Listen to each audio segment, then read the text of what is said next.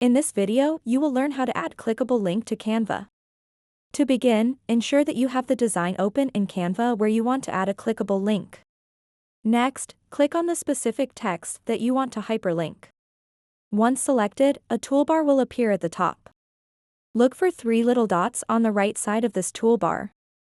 Clicking on these dots will reveal more options for formatting your text. Scroll down through these options until you find link. Click on it, and a text box will pop up where you can type or paste your desired URL. After entering the link, simply click Done to apply it. You've successfully added a clickable link to your Canva design. Now, you'll notice that the hyperlink text appears underlined by default. If you'd prefer it without an underline for aesthetic purposes, there's an easy fix.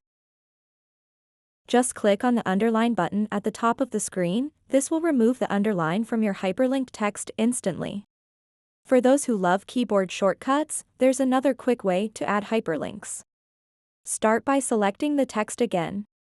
Then press Ctrl+K simultaneously on your keyboard. This shortcut brings up that same link input box we saw earlier.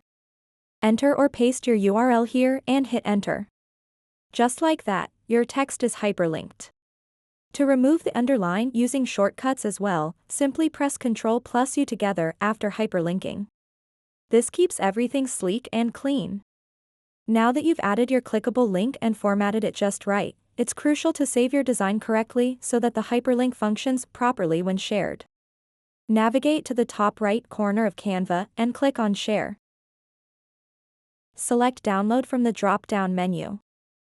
Make sure to download your design as either PDF standard or PDF print.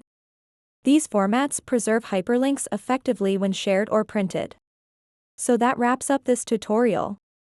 If you have any questions about this whole process, please let me know in the comments section below.